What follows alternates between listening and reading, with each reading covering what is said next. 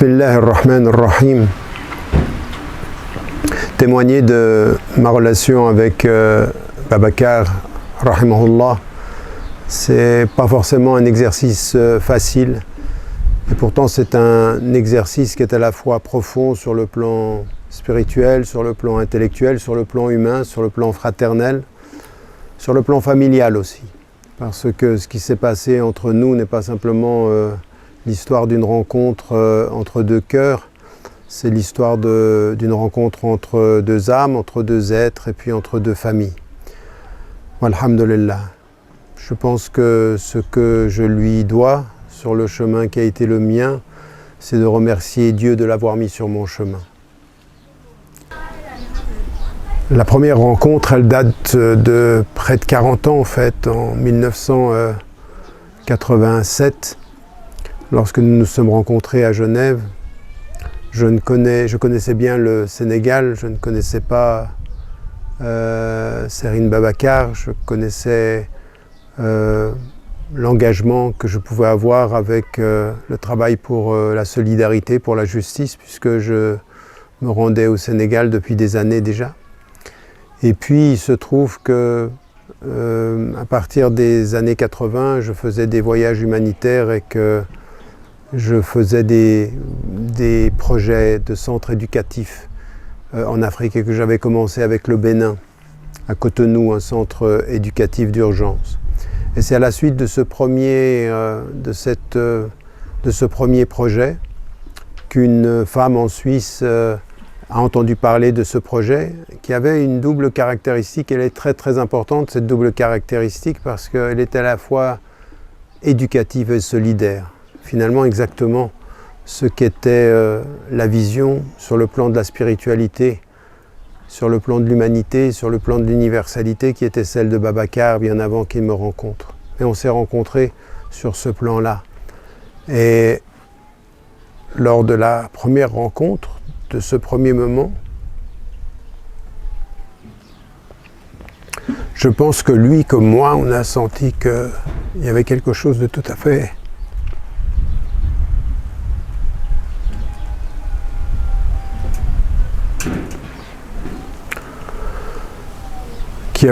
quelque chose de tout à fait particulier qui se passait. C'est que le projet était un prétexte, que Dieu utilise des projets pour nous faire comprendre sa volonté. Le projet est le moyen, sa volonté, c'est l'essence, c'est la lumière. Et immédiatement, en le rencontrant, j'ai même pas réfléchi en fait. Je lui ai dit que j'allais rendre visite à Ndem, lui rendre visite tout de suite l'été prochain. Je n'avais aucune décision prise concernant le projet de l'année suivante, aucune décision prise concernant l'orientation. Je ne connaissais ni Ndem, ni les gens de Ndem, mais j'avais reconnu Babacar. Et l'année d'après, effectivement, au mois de juin ou juillet, je me suis rendu à Ndem et c'est à ce moment-là que j'ai constitué ce qui allait être le projet d'un centre éducatif, Ndem et pour la population. Et ce qui a été à ce moment-là essentiel pour moi, c'est que dans ma rencontre avec Babacar, je ne l'ai pas connu dans ces années de militantisme politique, d'engagement social. Je l'ai rencontré au moment de son cheminement qui était avec Dieu, puisqu'il parlait de Dieu tout le temps. Il parlait de l'islam en permanence, il parlait du sens avec profondeur, il parlait du cœur et de l'amour, puis il parlait de façon tout à fait particulière de la dimension subtile, celle que ceux qui sont dans la mystique, qui sont dans le tasawwuf reconnaissent, qui est alam el-ghaib, c'est-à-dire le monde de l'invisible, le monde des secrets, le monde de ce qui se sait sans que la raison le sache, mais que le cœur reconnaît. Et ça, c'était Babacar, rahimahullah, paix à son âme. C'était cette dimension qui a été celle que j'ai reconnue quand je suis venu à Ndem pour la première fois. Et j'ai su, quand je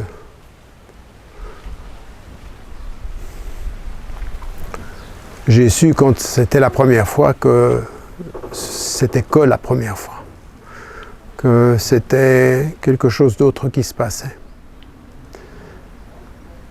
Et que le projet était simplement un instrument, un moyen de quelque chose d'autre. Et non seulement Dieu me l'avait fait voir avec l'œil du cœur, ce que Babacar appelle l'œil intérieur, qui est l'œil du cœur, qui est celui du Coran. Parce que ce ne sont pas les yeux qui sont aveugles, ce sont les cœurs dans les poitrines, nous dit Allah Azza wa Jal. Et ça a été le début, mais je ne sais même pas si je peux parler de ça en fait.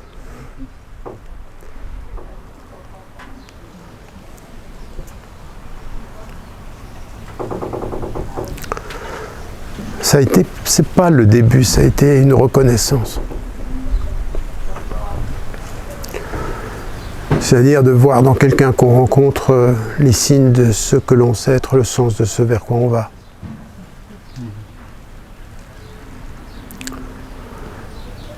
Et on a commencé à parler du projet, on a parlé de voyage humanitaire, de faire venir des élèves à l'époque, des élèves de l'école secondaire genevoise. Et tout s'est mis en place finalement assez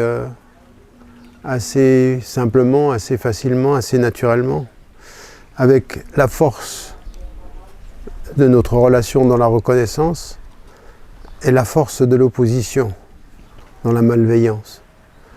Parce qu'au moment où je l'ai reconnu dans ce projet-là, ce qu'on disait en Suisse, à Genève, c'est « Ah, Tariq Ramadan est en train de financer un projet coranique, une école islamique. » Donc c'était uniquement religieux. Ils n'ont pas vu à ce moment-là la force de l'universalité spirituelle.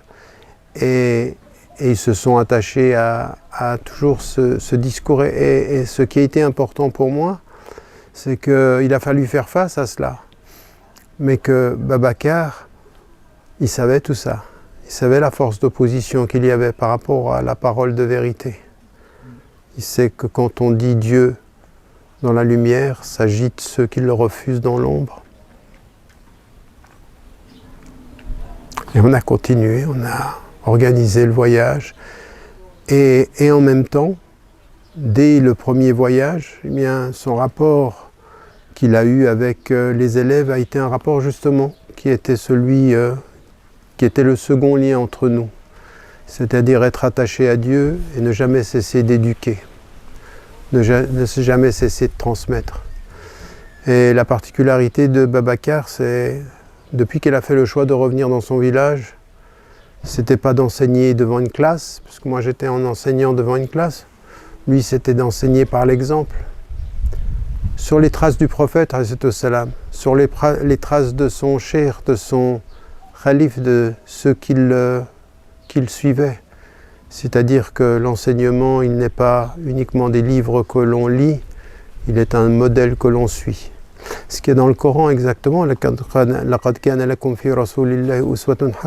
a dans le meilleur, dans la vie du prophète, le meilleur des exemples. Quand on a demandé à la femme du prophète, mais comment il était le prophète, il a dit qu'il son caractère c'était le Coran. Et Babacar c'était ça.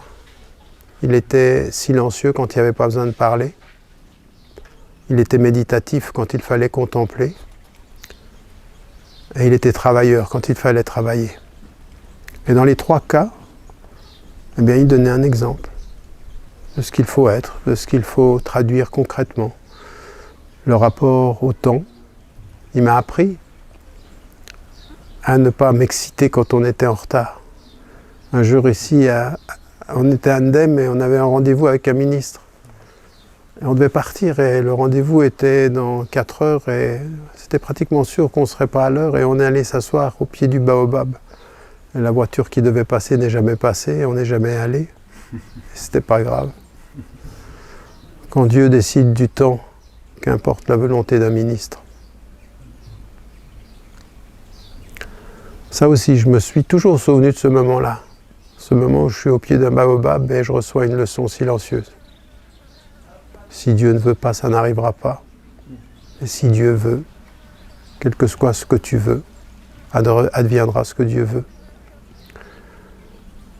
C'est des histoires comme ceci aussi qui ont jalonné ma vie avec Babacar, des signes. Où après s'être rencontrés, un jour il m'a dit,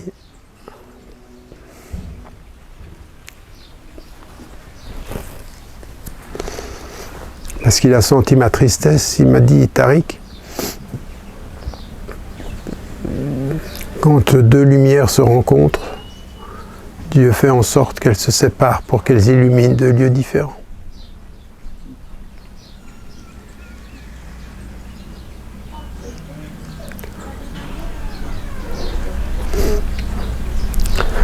Et ça aussi, c'est des choses qu'il m'a dites comme ça, dans l'instant d'une séparation, mais qui ont été l'éternité d'une méditation.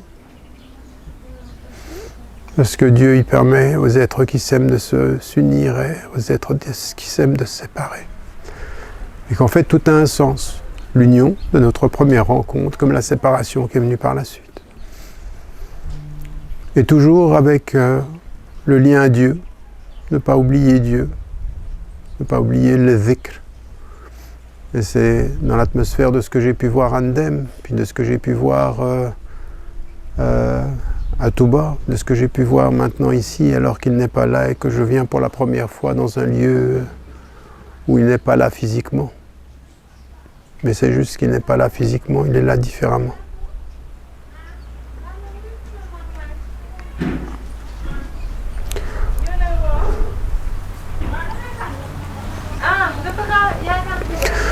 Et que c'est toujours cette densité du dhikr, de l'amour d'Allah Azza wa Jal. J'ai un père qui m'a éduqué en étant dans l'exil pendant 41 ans et qui, un soir, dans la nuit, m'avait dit « Notre message, c'est l'amour. Da'watuna al-hub ». J'ai retrouvé avec Babacar, qui était de quelques années mon aîné, exactement les mêmes mots. Notre chemin, c'est l'amour.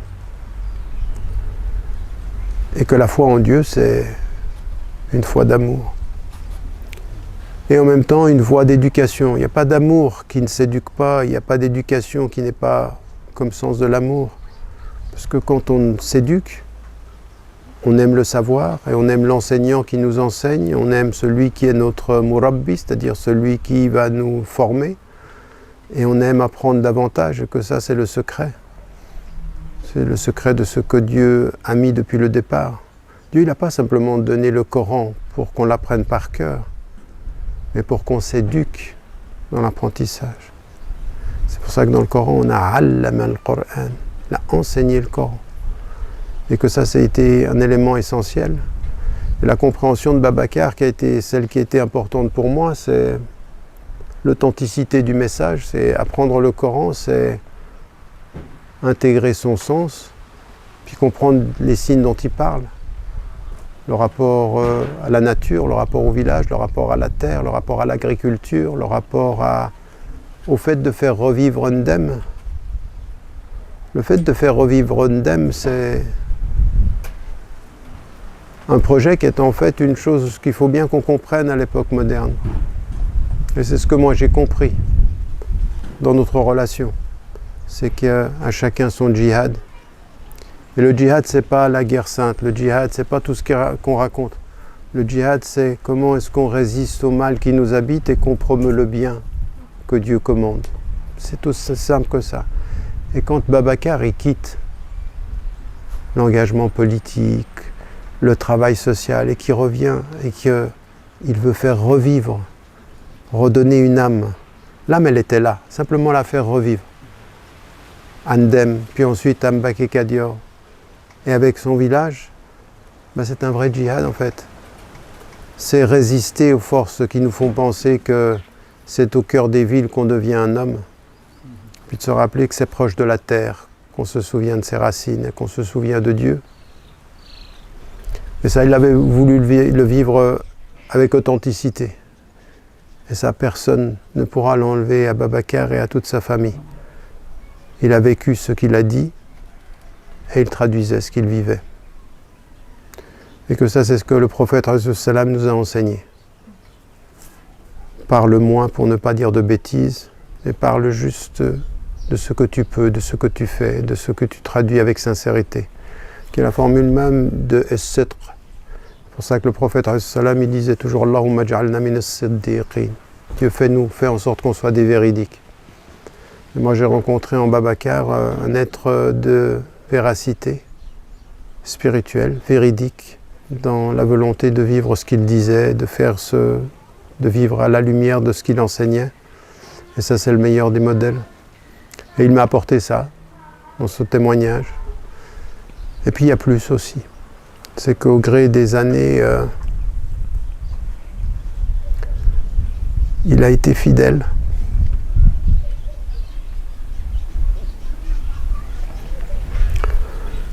Parce que quand l'amour, il est en Dieu, on est fidèle à l'amour de Dieu. Et on est fidèle à celui qu'on a aimé en Dieu. Alors c'est de la mise en scène en fait. Et lui, il a été fidèle. Au sens le plus profond de ce que Abu Bakr as-Siddiq a dit de sa relation avec le prophète. Vous pourrez dire tout ce que vous voulez. Mais ce que lui, il dit, s'il l'a dit, c'est que c'est vrai, c'est que c'est mon frère, c'est que c'est mon ami. Il a été loyal. Et dans ce chemin qui a été un chemin de fraternité, de rencontre, de lumière, de fidélité, de loyauté, ce qu'il ne faut jamais oublier, c'est que ces deux êtres qui se sont rencontrés et ces deux familles qui se sont reconnues, que ce soit ma femme Iman avec son épouse Sorna, Aïssa, ça a été aussi une évidence. Et qu'on s'est rencontrés, on avait des enfants qui étaient des enfants très jeunes. Et il se trouve que eux, ils portent l'héritage.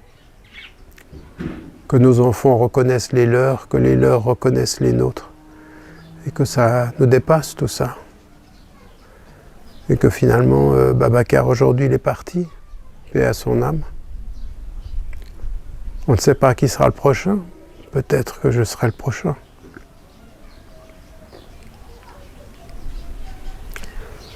Mais qu'apportent les prochains s'il y a les suivants?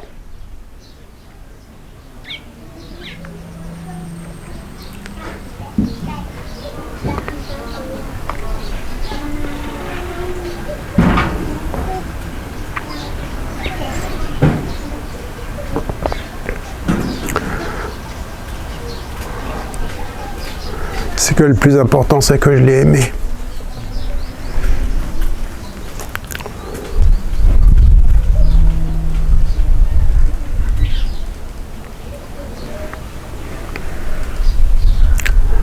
Que je l'ai aimé vivant. Et que je l'aime même si apparemment absent.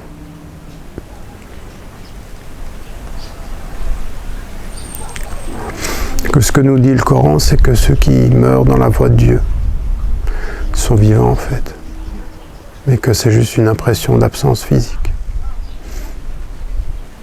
Je l'ai su avec mon père, rahimahullah, je l'ai su avec Babacar et tant d'autres frères et sœurs qui sont partis.